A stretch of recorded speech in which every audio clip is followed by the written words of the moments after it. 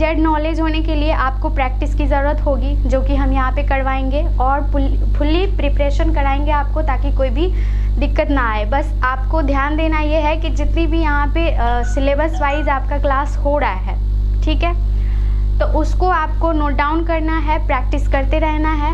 बाकी आगे हम सब कुछ बताएंगे। तो स्कोप ऑफ इलेक्ट्रॉनिक्स मैकेनिक अगर आप लोग नोट डाउन करना चाहते हैं तो कर लीजिए, ताकि आप लोग को ध्यान रहेगा, कन्फ्यूज़न नहीं रहेगा कि क्या करना है आगे चल के, ठीक है। नेक्स्ट आगे बढ़ते हैं। अप्रेंटिसशिप के बारे में बहुत सारी जो होती है लोग नहीं जानते, बहुत सारे अप्रेंटिसशिप होते हैं। 1 साल का ऐसे बेसिकली अप्रेंटिसशिप होता है। तो अगर अप्रेंटिसशिप करना होगा तो आप लोग का सबसे बेस्ट अप्रेंटिसशिप जो होता है वो ONGC में होता है, ठीक है, ONGC। उसके बाद DRDO हो गया, भेल हो गया, NCL हो गया, इसरो हो गया। इस तरह से Maharatna company, mini Ratna company और भी बहुत सारी चीज़ें हैं, बहुत सारे कंपनियां हैं जिसमें आप जा सकते हैं, ठीक है। आगे बढ़ते हैं।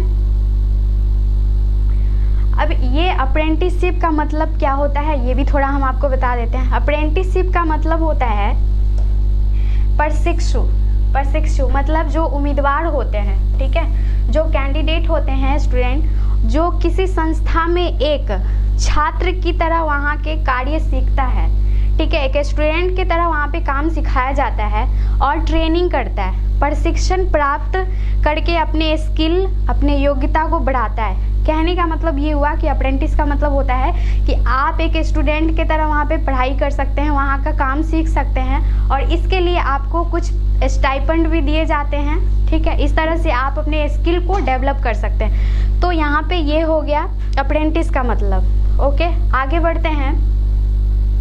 और इसमें आपको अप्रेंटिस से रिलेटेड और भी चीज़ें दी हुई है, आप देख लेना, इसको नोट डाउन कर लेना या स्क्रीनशॉट लेना होगा तो आप ले सकते हैं। ये रहा, ठीक है। और नोट डाउन करने का मतलब ये नहीं हुआ कि आप ऐसे छोड़ देना है। जब आपकी कन्फ्यूज़न हो कहीं पे भी तो आप इस चीज़ को देख लेना, ताकि आपको रिवीजन हो जाए और आपको याद आ जाए। ओके, नेक्स्ट आगे चलते हैं।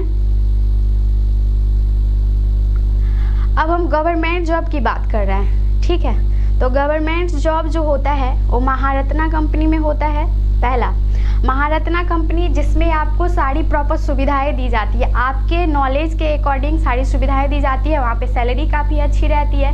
मिनी रत्ना कंपनी सेम ही होती है गवर्नमेंट जॉब में जाने के लिए। ऑल इंडिया आप कहीं भी जा सकते हैं। मिनी रत्ना, महारत्ना कंपनी, आपके पास बेटर अपॉर्चुनिटी रहती है जाने के लिए। इसके लिए नॉलेज की काफ़ी ज़रूरत होती है, जो आप लोग आराम से पढ़ाई करके गेन कर सकते हैं। एक होता है बार्क का नाम आपने सुना होगा, इंडिया का टॉप मोस्ट कंपनी है। इसमें जाने के लिए आपको काफ़ी नॉलेज की भी ज़रूरत होती है। स्किल टेस्ट होता है, जैसा कि एग्ज़ाम होने के बाद, रिटन के बाद स्किल टेस्ट होगा, फिर इसकी तैयारी हम आगे कराएंगे। यहाँ पे देखिए हेल की है, जो कि एरोप्लेन की कंपनियाँ होती है, वहाँ पे काफ़ी अच्छे इंजन्स बनाए जाते हैं, बहुत सारी चीज़ें होती है। सैलरी बहुत मस्त रहती है, यहाँ की सुविधा भी काफ़ी अच्छी रहती है। तो इस तरह से आप जॉब की प्रिपरेशन कर सकते हैं और किसी भी कंपनी में जा सकते हैं, ठीक है। ये हो गया आपका इसरो का। नेक्स्ट है भाई, अभी हम आपको दिखाएंगे। देखिए मैंने यहाँ पे इसलिए ये ड्रॉ कर दिया है ताकि आपको एक मोटिवेशन रहे कि आपको जाना कहाँ है, ठीक है। तो जो टॉप मोस्ट कंपनियाँ यहाँ पे है, मैंने वहाँ पे जिक्र कर दिया है, आप देख लेना इसको। देखिए ये सारी कंपनियां मैंने जहाँ से सबसे ज़्यादा अच्छी सैलरी वाली और जो आपको बहुत अच्छे बेनिफिट्स देते हैं वो कंपनियां हमने यहाँ पे डाल दिया है। बाकी आप लोग यूट्यूब पे या फिर नेट पे सर्च करोगे तो बहुत सारी मिल जाएंगी, ठीक है। आगे बढ़ते हैं। सरकारी नौकरी क्या होता है इसको बताने की ज़रूरत नहीं है, फिर भी मैंने यहाँ पे थोड़ा सा बता दिया है, तो आप लोग देख लो इसको। इसकी एक चीज़ की हमें यहाँ पे बतानी थी, आप लोग को एक चीज़ की मेंशन करनी थी।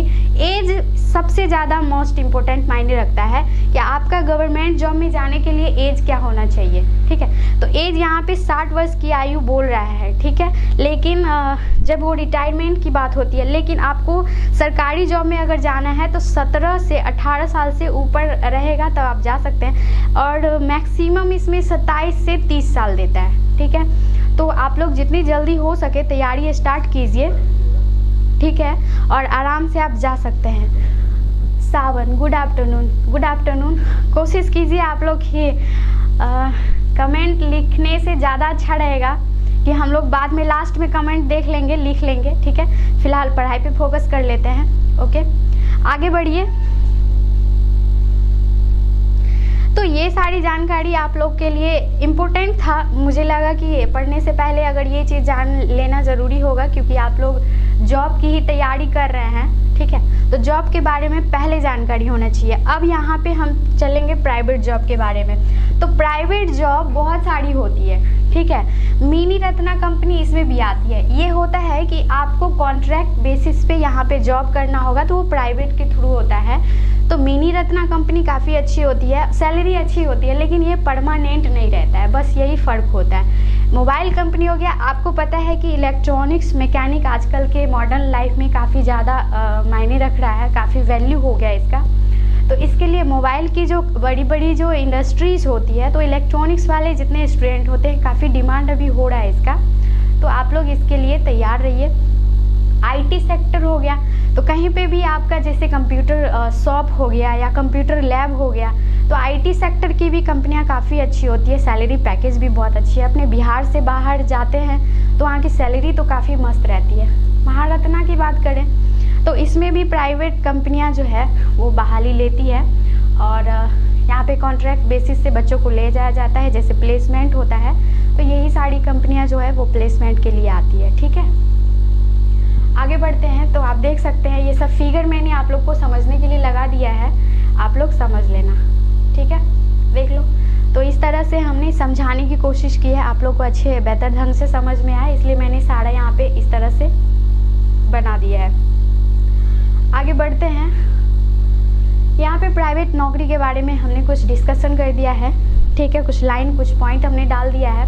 अगर आप लोग को मेरे बताने से अगर थोड़ा सा कन्फ्यूज़न हो तो लिखा हुआ है, इसमें आप देख लेना, बहुत अच्छे से समझ में आ जाएगा, ठीक है। स्क्रीनशॉट आप ले सकते हैं, ओके।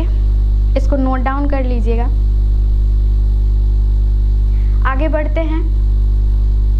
Self employ. अभी सेल्फ एम्प्लॉय क्या होता है? बहुत सारे स्टूडेंट का ये मानना रहता है कि सेल्फ एम्प्लॉय जो होता है खुद का ओन बिजनेस होता है।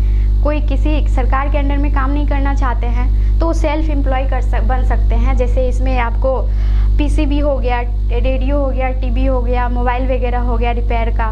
तो ये अगर आपके पास थ्योरी का नॉलेज होगा तो आप प्रैक्टिकली भी कर ही सकते हैं। तो सेल्फ एम्प्लॉय के बारे में है, क्या क्या आप कर सकते हैं खुद से अगर आपके पास नॉलेज है। तो सबसे पहला टेक्नीशियन आप बन सकते हैं, ठीक है। टेक्नीशियन बन सकते हैं क्योंकि अगर आपके पास इलेक्ट्रॉनिक्स के बारे में, मोबाइल रिपेयर ये सब है तो टेक्नीशियन में वो आ जाएगा। दूसरा है इलेक्ट्रॉनिक शॉप। अगर आपके पास transistor, diode, rectifier, bridge rectifier, class A, class B ये सब के बारे में पता है तो आप इलेक्ट्रॉनिक शॉप आराम से खोल सकते हैं। दूसरा है कंपोनेंट रिपेयर। हमने आपको बताया कि रिपेयरिंग का काम जो भी होगा तो आप आराम से ये चीज़ घर बैठे भी कर सकते हैं। थोड़ी सी पैसे लगेंगे इसमें, आप आराम से ये कर सकते हैं, ठीक है। इलेक्ट्रॉनिक्स वर्क है तो बहुत सारे इलेक्ट्रॉनिक्स वर्क हो रहे हैं और इलेक्ट्रॉनिक्स का काफ़ी डिमांड भी है, तो आप देख लेना, इसमें जो भी आप करना चाहो कर सकते हो। स्कोप काफ़ी बढ़िया है आप लोग के लिए, ठीक है। अब आते हैं, कुछ मैंने यहाँ पे पिक्चर्स लगा दिए हैं जिसको आप देख सकते हो सेल्फ एम्प्लॉय के लिए। तो ये वही चीज़ है जो हमने आपको अभी बताया है, ठीक है। तो ये सब चीज़ें इसी का है। आइए आगे बढ़ते हैं। अब हम इसके सिलेबस के बारे में बात करेंगे। सिलेबस क्या होता है? तो आपको जो भी गवर्नमेंट जॉब की तैयारी करनी होगी, ठीक है, चाहे वो इसरो हो, डीआरडीओ हो, एनटीपीसी हो, सेल हो, भेल हो, यानी इंडिया का कोई भी कंपनियां अगर आपको ज्वाइन करना है जो कि सेंट्रल गवर्नमेंट के अंदर में आती है, ठीक है, तो उसके लिए आपको सिलेबस फर्स्ट ईयर और सेकेंड ईयर दोनों का कवर अप करना होगा। अभी ऐसा नहीं है कि हमने प्रीवियस ईयर का सिर्फ क्वेश्चन पढ़ लिया है, कुछ ऑब्जेक्टिव क्वेश्चन पढ़ लिए हैं, इससे एग्ज़ाम निकल जाएगा, तो ऐसा बिल्कुल नहीं है। आपको प्रॉपर वे में फर्स्ट ईयर और प्लस सेकेंड ईयर जो एनसीवीटी का सिलेबस होता है, जो निमी पैटर्न का होता है, तो आपको ये दोनों सिलेबस कंप्लीट करना होगा। तो आज हम सिलेबस के बारे में पहले डिस्कस कर लेते हैं, फिर आगे क्लास स्टार्ट करेंगे, ओके। देखो फर्स्ट चैप्टर यहाँ पे दिया हुआ है कि आपको ट्रेड इंट्रोडक्शन के बारे में पढ़ना है और उससे रिलेटेड जो ऑक्यूपेशनल सेफ्टी होता है, ठीक है, तो वो पढ़ना पड़ेगा। दूसरा है कॉमन हैंड टूल्स, टूल्स के बारे में पढ़ना होगा, इलेक्ट्रॉनिक्स में क्या क्या टूल्स वगैरह यूज किए जाते हैं, हैमर वगैरह बहुत सारी चीज़ें होती है, तो उसको पढ़ना होगा, ठीक है। चैप्टर 2 यहाँ पे दिया हुआ है, तो आप लोग इसको स्क्रीनशॉट कर लेना, ठीक है। और ये सिलेबस को आप ना नोट डाउन कर लेना ताकि पढ़ने में इजी हो, और पर चैप्टर आपका नाम वगैरह यहाँ पे सब दिया हुआ है, पढ़ने में आसानी हो जाएगी। चैप्टर अगर पता हो और सिलेबस पता हो तो पढ़ने में दिक्कतें नहीं आती है। नेक्स्ट आगे दूसरा चैप्टर में चलेंगे। दूसरा चैप्टर आपका दिया हुआ है alternating current and electrical materials, जो आपका विद्युत आवेश होता है, वोल्टेज होता है, करंट होता है, और उसमें क्या क्या मटेरियल्स यूज किए जाते हैं उसके बारे में, ठीक है। तो alternating current and electrical materials ये आपका सेकेंड चैप्टर हो गया, ठीक है। आगे बढ़ते हैं। देखिए यहाँ पे हमने स्लाइड बनाया है, आप लोगों को समझने में दिक्कतें नहीं होंगी। चैप्टर 3 में अब आते हैं। चैप्टर 3 में आपको पढ़ना है वायर्स एंड केबल्स। अगर आप लोग को वायर और केबल पढ़ना होगा, जैसे कि आपको बेसिक इलेक्ट्रिसिटी पढ़ना है, तो इलेक्ट्रिसिटी कैसे पास होता है, आपका वो वायर का यूज करते हैं, फिर केबल का यूज करते हैं, तो ये सब चीज़ें आपको 3rd चैप्टर में पढ़ना है। 4 में है बैटरी, ठीक है, सेल एंड बैटरी। सैमसंग में जॉब क्या हुआ, अप्रेंटिसशिप की है।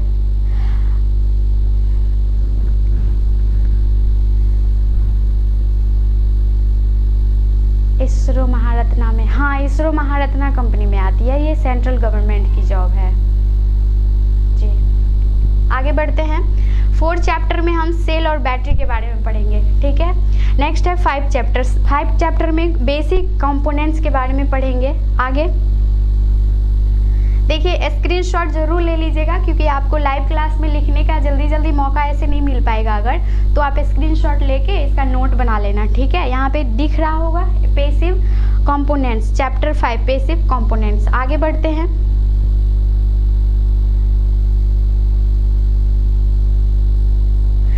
चैप्टर 6 यहाँ पे दिया हुआ है, ठीक है।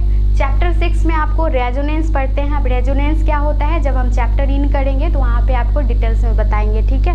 चैप्टर 7 में मैग्नेटिज्म होता है। मैग्नेट से रिलेटेड जो हम लोग क्लास करेंगे उसको मैग्नेटिज्म कहेंगे, ठीक है। चैप्टर 8 में ट्रांसफार्मर होता है। ट्रांसफार्मर के बारे में आपको डिटेल्स में बताएंगे जब क्लास स्टार्ट होगी। सॉरी, इसका स्क्रीनशॉट आप ले लेना, ठीक है। आगे बढ़ते हैं। एक एक चैप्टर वाइज हम आपको यहाँ पे स्लाइड बना दिया है ताकि आप लोग को कोई प्रॉब्लम ना हो समझने में, ठीक है। देखो चैप्टर 9 में अगर चलते हैं तो यहाँ पे इलेक्ट्रिकल मेजरिंग इंस्ट्रूमेंट, जो इंस्ट्रूमेंट हम लोग यूज करेंगे, जैसे कि मल्टीमीटर हो गया, वोल्ट मीटर हो गया, CRO हो गया, तो ये सब चीज़ के बारे में हम पढ़ेंगे जो इलेक्ट्रिकल मेजरिंग इंस्ट्रूमेंट में आता है। नेक्स्ट चैप्टर है 10 में आपको सोल्डर एंड सोल्डरिंग पढ़ना है। सोल्डर एंड सोल्डरिंग का मतलब आपको समझ में आ ही गया होगा।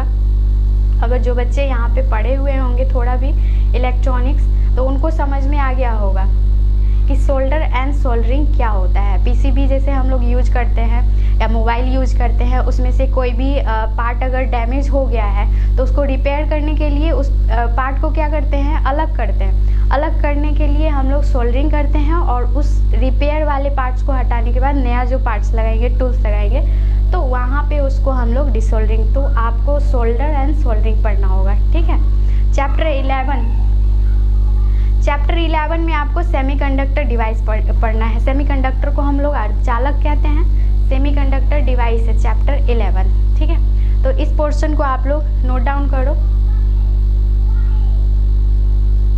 आगे बढ़ते हैं।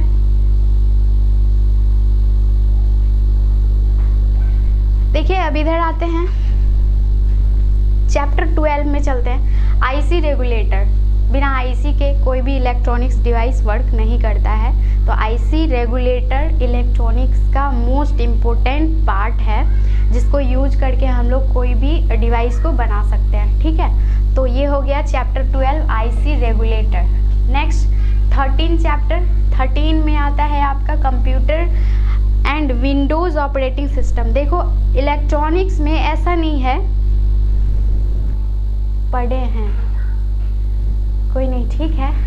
आगे चैप्टर 13 में आपका आता है कंप्यूटर विंडोज़ ऑपरेटिंग सिस्टम। जैसा कि आपको पता है इलेक्ट्रॉनिक्स और कंप्यूटर दोनों एक साथ कंबाइंड यूज किया जाता है किसी भी क्षेत्र में।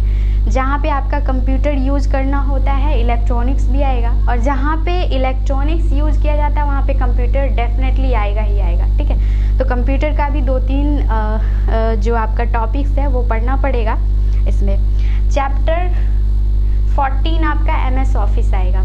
जब हम लोग डिजिटल पढ़ेंगे, डिजिटल इलेक्ट्रॉनिक्स में, तो वहाँ पे ये सारी चीज़ें आएंगी। ओके, नेक्स्ट स्क्रीनशॉट कर लेना आप इसका। नेक्स्ट बढ़ते हैं आगे।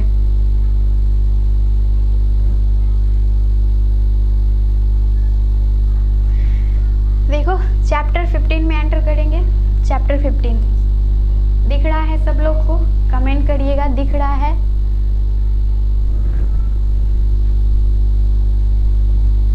चैप्टर 15 में कंप्यूटर नेटवर्क एंड इंटरनेट होता है, ठीक है। उसके बाद है चैप्टर 16 ट्रांजिस्टर। ये सब कुछ हम आपको डिटेल्स में बताएंगे। इसमें ट्रांजिस्टर में भी बहुत सारे टॉपिक्स हैं, मैंने टॉपिक्स नहीं लिखा है, सिर्फ चैप्टर का नाम लिखा है। चैप्टर का नाम अगर पता होगा तो टॉपिक्स ऑलरेडी पढ़ने के टाइम पे आपको पता चल जाएगा, ठीक है।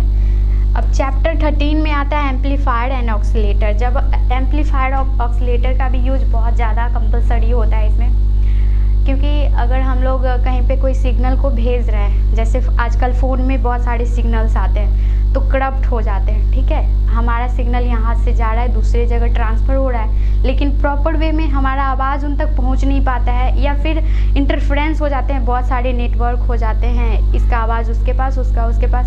तो उसके लिए हम लोग एम्पलीफायर का यूज करते हैं, ताकि जो प्रॉपर वे में हमें सिग्नल चाहिए वही सिग्नल हम तक वापस आता है, ठीक है, पहुंचता है। तो ये amplifier and oscillator chapter number 13, ठीक है। दिख रहा है सबको क्लियर? चलते हैं आगे बढ़ते हैं। आइए चैप्टर 18 की बात करें तो वेव शिपिंग सर्किट है। बस नाम सुन के थोड़ा हार्ड लग रहा है, लेकिन पढ़ने के टाइम पे इजी हो जाएगा, कोई प्रॉब्लम नहीं है। चैप्टर 19 है। चैप्टर 19 में FET and power electronics component होता है, ठीक है। पावर इलेक्ट्रॉनिक्स बहुत हार्ड नहीं है, सुनने में ऐसा लगता है कि बहुत हार्ड है, लेकिन उतना कुछ खास हार्ड नहीं है। आप लोग पढ़ेंगे सब इजी हो जाएगा, ठीक है। चलिए स्क्रीनशॉट कर लीजिएगा। चैप्टर 20 में आते हैं ऑप्टो इलेक्ट्रॉनिक्स कंपोनेंट्स। मतलब आपको बहुत सारे कंपोनेंट्स का ज्ञान होना ज़रूरी है, ताकि आपको पावर इलेक्ट्रॉनिक्स में सबसे ज़्यादा यूज हम लोग कंपोनेंट का करते हैं, कंपोनेंट यूज करते हैं, उसके बाद आपका कोई भी सर्किट रेडी होता है, ठीक है। तो चैप्टर 20 इलेक्ट्रॉनिक्स कंपोनेंट, ठीक है, हो गया। आगे बढ़ते हैं। आपके पास टोटल 40 चैप्टर हैं जिसको कवर करना है first year and second year मिला के। चैप्टर 21 की बात करें, सरफेस माउंट टेक्नोलॉजी। अब ये थोड़ा सा हम हिंट्स देते हैं। सरफेस माउंट टेक्नोलॉजी क्या होता है?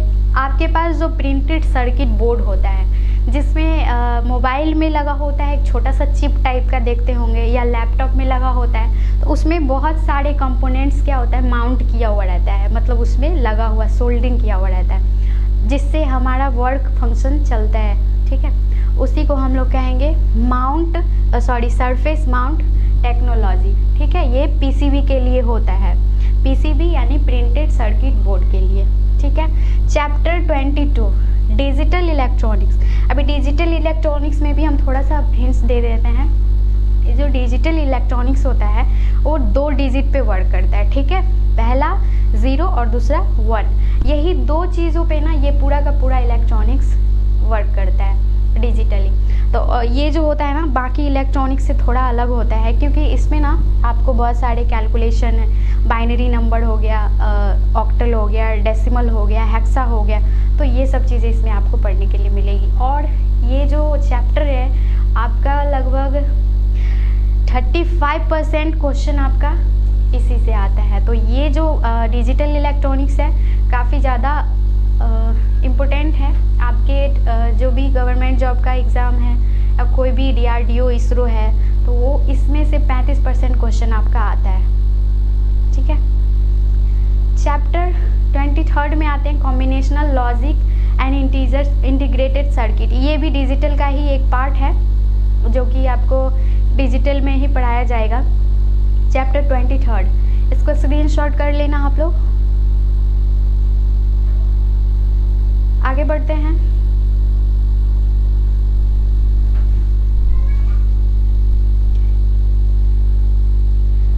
सब लोग को दिख रहा है? चलिए नेक्स्ट आगे 24 चैप्टर है। Chapter number 24 sequential circuit. ये भी डिजिटल का ही पार्ट्स है। चैप्टर 25 है operational amplifier and timer IC 555। जब हम लोग कहीं पे भी कोई शादी फंक्शन में देखते हैं कि वो छोटे छोटे से LED लाइट्स जो होते हैं जो फ्लिप करते रहते हैं तो वो इसी पे डिपेंड करता है। ठीक है, टाइमर IC के थ्रू ही हम उसको ऑपरेट करते हैं। ठीक है, चैप्टर 26 में हम पढ़ेंगे कैथोड रे। CRT का नाम CRS के नाम जानते होंगे, CRO। तो ये CRO का पूरा फंक्शन, उसका जनरेशन, ये सब चीज़ हम इसमें पढ़ेंगे 26। ठीक है, तो ये चैप्टर आप लोग नोट डाउन कर लो, स्क्रीनशॉट कर लो, फिर आगे बढ़ते हैं।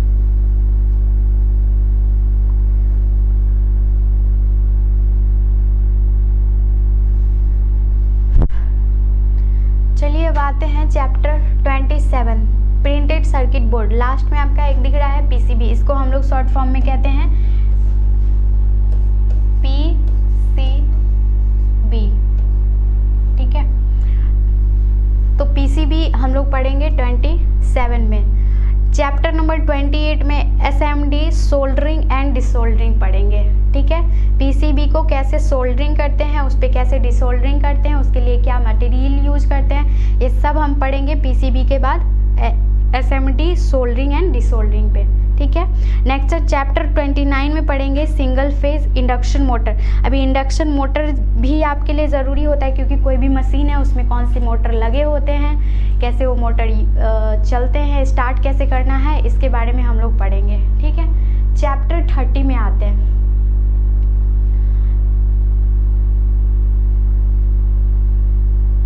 देखो चैप्टर 30 में देखते हैं क्या होता है। Electronics cable and connector. आपको ये पता होगा कि कोई भी CRO हॉस्पिटल में बहुत होती है। हाँ बिल्कुल, CRO हॉस्पिटल में सबसे ज़्यादा यूज किया जाता है। बिल्कुल, विष्णु चौधरी। आगे बढ़ते हैं चैप्टर 30 में। चैप्टर 30 में आपको दिखा रहा है इलेक्ट्रॉनिक्स केबल एंड कनेक्टर। तो एक चीज़ बहुत बढ़िया है यहाँ पे कि केबल एंड कनेक्टर के बारे में जिसके पास जानकारी है उसको कभी शॉक नहीं लगेगा। ठीक है, इसको कैसे प्लग में लगाना है, कैसे इसको कनेक्ट करना है, तो इसकी जानकारी आपके लिए काफ़ी ज़रूरी है क्योंकि इलेक्ट्रॉनिक्स में अधिकतर शॉर्ट सर्किट होती है केबल कनेक्टर से गलत यूज करने के वजह से। ठीक है, तो इसके बारे में हम लोग आगे पढ़ेंगे। चैप्टर 31 में चलते हैं कम्युनिकेशन सिस्टम। अब कम्युनिकेशन सिस्टम क्या होता है ये थोड़ा हम आपको बताते हैं। PSU में SCVT वाले फॉर्म अप्लाई कर सकते हैं। देखिए SCVT PSU सब स्टेट का अलग अलग आता है, तो अगर आपके स्टेट में आता है तो आप अप्लाई कर सकते हैं, स्टेट वाले कर सकते हैं। इसके साथ मेरे ख्याल से लग रहा है 1 ईयर का अप्रेंटिसशिप भी होगा तो ज़्यादा बढ़िया रहेगा आपके लिए। नहीं है तो कोई नहीं, वो स्टेट वाले में आप अप्लाई कर सकते हैं। आगे बढ़ते हैं कम्युनिकेशन सिस्टम। कम्युनिकेशन सिस्टम का मतलब होता है कि जो जैसे अगर मान लीजिए कि हमारा कोई भी केबल है, ठीक है, जैसे कहीं बाहर से हमारा कोई भी सिस्टम आ रहा है या कोई भी कह सकते हैं कि ऐसे सिग्नल हम कहीं पे भेज रहे हैं, मतलब आसपास के एरिया में नहीं, कहीं डिस्टेंस वाले एरिया में, जो सबसे ज़्यादा डिस्टेंस में अगर आपको भेजना है तो वहाँ पे आपको क्या यूज करना पड़ता है, कैसे आपको उस डेटा को ट्रांसफ़र करना है ताकि वो ईज़िली चला जाए, उसमें कोई इंटरफ्रेंस ना हो। ठीक है, तो उसके बारे में आपको कम्युनिकेशन सिस्टम में पढ़ाएंगे आगे हम। चैप्टर 32 है 8051 माइक्रो कंट्रोलर। ये तो नाम सुना होगा आपने, माइक्रो कंट्रोलर। इलेक्ट्रॉनिक्स का सबसे मेन इम्पोर्टेंट पार्ट है ये माइक्रो कंट्रोलर, ठीक है। पहले इसमें माइक्रो प्रोसेसर भी था, लेकिन अभी जो नया NCVT का जो सिलेबस आया है उसमें ये माइक्रो प्रोसेसर है उसको हटा दिया गया है।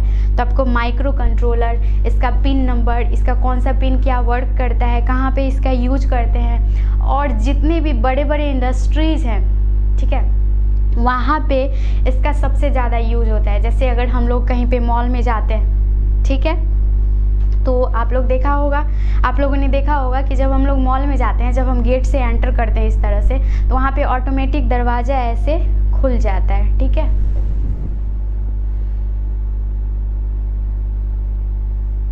हाँ, हेवेल्स कंपनियाँ बनाती है, एग्जैक्टली। हेवेल्स कंपनियाँ जो है वो बनाती तो है, बिल्कुल बनाती है, और उसका हेवेल्स का जो केबल होता है सबसे स्ट्रॉन्ग होता है, और वो यूज भी करना चाहिए हम लोग को, सेफ्टी बहुत बढ़िया रहती है उसकी। आगे चलते हैं माइक्रोकन। हाँ, तो ये हम बता रहे थे कि जब हम लोग एंटर करते हैं तो वहाँ पे क्या होता है कि कुछ बीप जैसा आवाज़ सुनने को हमें मिलता है। तो वहाँ पे हम लोग को ये माइक्रो जो कंट्रोलर है वो यूज करते हैं सेंसर के लिए, ठीक है। तो वो हमारे पैड को या हमारे बॉडी को ऐसे सेंस करता है, और ये इंडिकेट करता है कि आपके अंदर कोई आ रहा है, मॉल के अंदर कोई जा रहा है या मॉल से बाहर कोई जा रहा है, तो वो सेंस करता है। और उस सेंस को करने के लिए हम लोग माइक्रो कंट्रोलर का यूज करते हैं, ठीक है। तो बड़ी बड़ी कंपनियां में ये जो ऑटोमेटिक लॉक होता है या ऑटोमेटिक ऐसे विंडो खुलते हैं, गेट खुलते हैं, जो भी, तो उसके लिए हमें माइक्रो कंट्रोलर का यूज करना होता है, ठीक है। तो ये सिलेबस कंप्लीट हुआ यहाँ तक। आगे थोड़ा सा और भी बचा हुआ है, इसका स्क्रीनशॉट आप लोग ले लेना।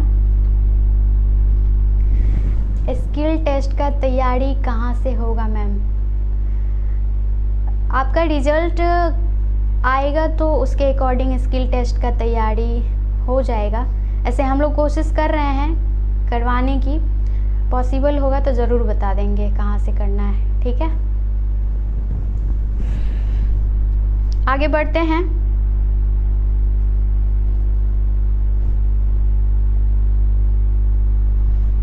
चैप्टर 33 में है ट्रांसड्यूसर, ठीक है, ट्रांसड्यूसर। चैप्टर 34 में बात कर रहे हैं analogue and digital IC application के बारे में, ठीक है। एनालॉग एंड डिजिटल, एनालॉग का मतलब होता है कि आपको जनरली ऐसे यूज करना होता है, कोई भी डिवाइस यूज करते हैं, सर्किट यूज करते हैं, एनालॉग। डिजिटल का मतलब होता है कि जो 2 डिजिट पे यानी 0 और 1 पे वर्क करता है उसको हम लोग डिजिटल आईसी अप्लायंस में लाते हैं, ठीक है।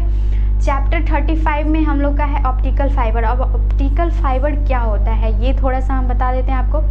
ऑप्टिकल फाइबर का मतलब होता है कि जो हमारा जो डेटा होता है, जब हम किसी के थ्रू ट्रांसफ़र करते हैं तो वो डेटा लाइट के फॉर्म में होता है। लाइट के फॉर्म का मतलब है कि ऐसा उसके अंदर में एक सिस्टम बना होता है कि आप ना उसको लाइट के थ्रू डेटा को पास करा सकते हैं। ये काफ़ी महंगा होता है, हमारे इंडिया में अभी तक ऐसे आया नहीं है। ये ज़्यादातर USA वगैरह में यूज किया जाता है, ठीक है। तो वहाँ पे जो भी 3D मूवी आप लोग देखते होंगे, 3D टाइप का मूवी है, बस ऐसे टच किया और पूरा से ऐसे खुल के आ गया और उसको ऐसे ऐसे जल्दी से स्लाइड करके और हम लोग ऐसे देखते हैं, बड़ी मज़ा आता है देखने में, है ना। तो 3D टाइप का। और हम लोग हॉलीवुड मूवी अगर देखते हैं तो वो ज़्यादातर जो मूवी रहता है वो ज़्यादातर उसका सीन होता है वो ऑप्टिकल फाइबर के थ्रू ही होता है। तो काफ़ी ज़्यादा वहाँ के बच्चे भी इंटेलिजेंट है, बहुत सॉलिड काम करते हैं, है ना। तो ऑप्टिकल फाइबर वहाँ पे एफोर्ड करते हैं क्योंकि वहाँ पे पैसों की उतनी ज़्यादा तो कमी नहीं होती है और वहाँ का सिस्टम भी काफ़ी बढ़िया होता है, सरकार काफ़ी एफोर्डेबल होती है तो कर लेती है। तो ऑप्टिकल फाइबर हमारे इंडिया में बहुत कम यूज़ किया जाता है, बहुत रेयर में। लेकिन अगर इंडिया से बाहर विदेश की बात करें तो वहाँ पे ऑप्टिकल फाइबर ज़्यादा यूज़ किया, काफ़ी कॉस्टली होता है ये, ठीक है। लाइट के फॉर्म में डेटा होता है इसमें और ये वहाँ मिनिमम सेकंड में ही डेटा को बहुत डिस्टेंस, चाहे कितना भी डिस्टेंस हो आपका, ईज़िली पास कर जाती है, और इसमें ना एनर्जी की जो खपत होती है ना वो बहुत ही कम होती है। ठीक है, नेक्स्ट आगे बढ़ते हैं।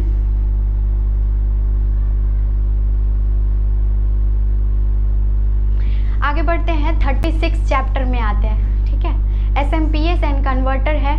चैप्टर 37 यूपीएस है। यूपीएस जो आप लोग कंप्यूटर यूज़ करते हैं तो उसमें यूपीएस का यूज़ किया जाता है। यूपीएस के बिना आप लोग कंप्यूटर यूज़ करना मुश्किल होता है। ठीक है, तो यूपीएस के बारे में पढ़ेंगे, इसके असेंबलिंग डिसेंबलिंग के बारे में पढ़ेंगे। ठीक है, चैप्टर 38 सेल फोन के बारे में थोड़ा सा है, छोटा चैप्टर है, बहुत हार्ड नहीं है। सेल फोन के सिस्टम के बारे में पढ़ेंगे, ये कैसे वर्क करता है, कितने एम्पियर पे वर्क करता है, कितने वॉट पे वर्क करता है, ये सारी चीज़ें हम आपको इसमें बताने वाले हैं। सेल फोन, तो इसका आप लिख लीजिएगा, स्क्रीनशॉट ले लीजिए। चैप्टर 39 में आते हैं। चैप्टर 39 में आपका आ जाएगा LED। ठीक है, LED होता है, इसमें LED LCD के बारे में पढ़ना होता है थोड़ा सा चैप्टर 39 में, और उसके बाद 40 में आपका LCD एंड LED TV के बारे में पढ़ना होता है। ठीक है, LCD और LED TV के बारे में, जो आजकल हम लोग TV यूज़ करते हैं, ऐसे बड़ा सा स्क्रीन होता है, बैठ के मस्त में देखते हैं, एकदम HD क्वालिटी टाइप का, उसके बारे में हम लोग पढ़ेंगे। ठीक है, तो इसका स्क्रीनशॉट आप ले लीजिए। ये आपका प्रॉपर सिलेबस रहा आज का। ठीक है,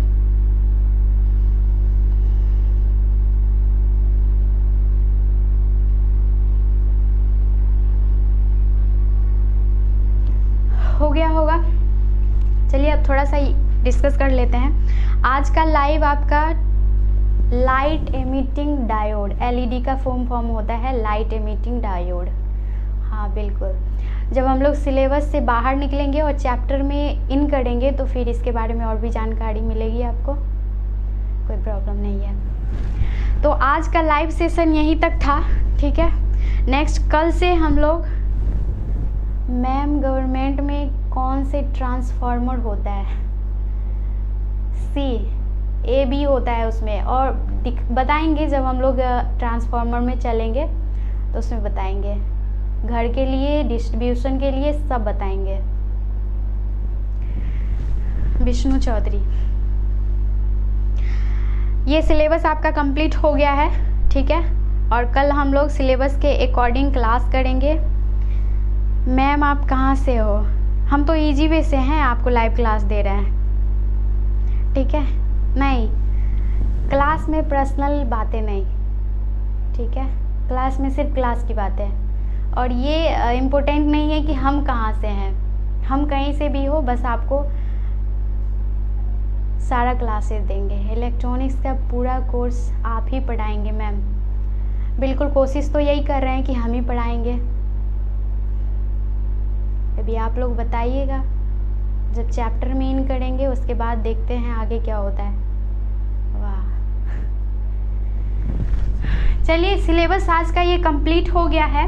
नेक्स्ट हम कल से लाइव आएंगे 3:30 बजे कंटिन्यू। अब डेली हमारा क्लास चलेगा 3:30 बजे से 4:30, मतलब कि 4 बजे तक। ठीक है, तो 1 घंटे का लाइव सेशन होगा, और हम लोग बारी बारी से सभी चैप्टर का तैयारी करेंगे।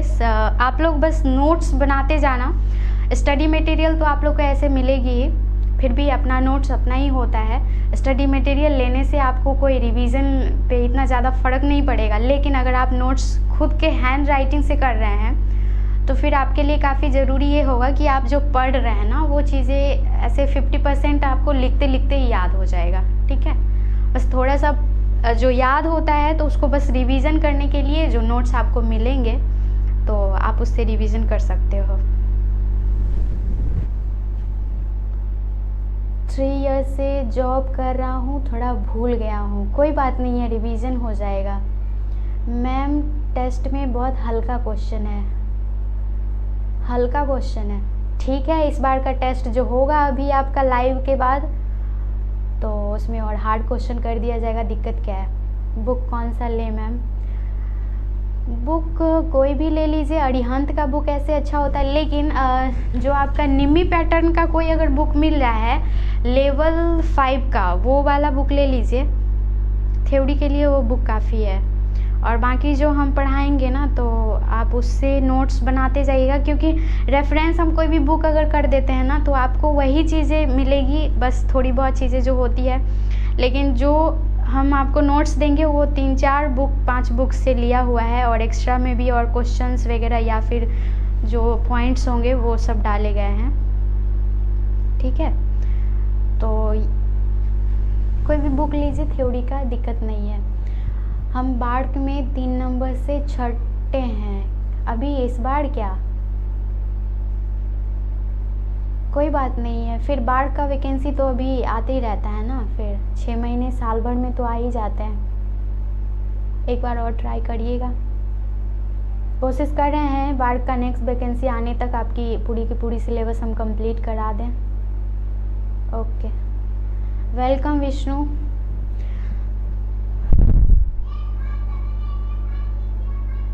कोई भी बुक लीजिए, कोई फ़र्क नहीं पड़ता है। बस जैसे कि आपका 70% तैयारी अगर ट्रेड थ्योरी का हो जाता है ना ऐसे, तो उसके बाद आप यूथ पब्लिकेशन का आता है इलेक्ट्रॉनिक्स का प्रैक्टिस सेट। ठीक है, उसमें क्वेश्चन बहुत सारे होते हैं और एनालाइज किया हुआ रहता है, तो वो बुक आप ना प्रैक्टिस सेट के लिए आप सभी लोग ले लीजिएगा, यूथ पब्लिकेशन का इलेक्ट्रॉनिक्स मैकेनिक का।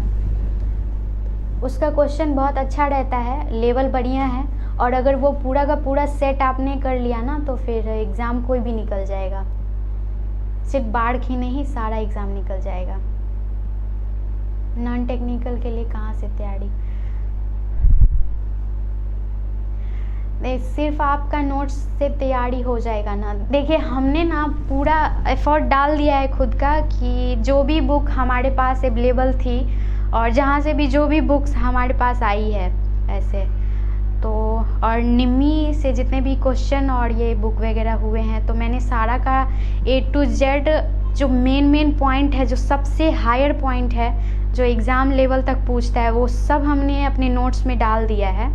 ठीक है, तो कोशिश हमारी है कि तैयारी तो एकदम 100% करा ही देंगे, बस रिवीजन पे आपको ध्यान देना है, ये बहुत ज़रूरी है। नोट से बाहर तो एक भी क्वेश्चन आने का चांस नहीं है, अगर बाय द वे आ भी गया तो रिवीजन रहेगा तो वो मेकअप हो जाएगा। बुक ऑनलाइन मंगवा लीजिए, अमेज़न पे भी मिल जाएगा, फ्लिपकार्ट पे भी मिल जाएगा।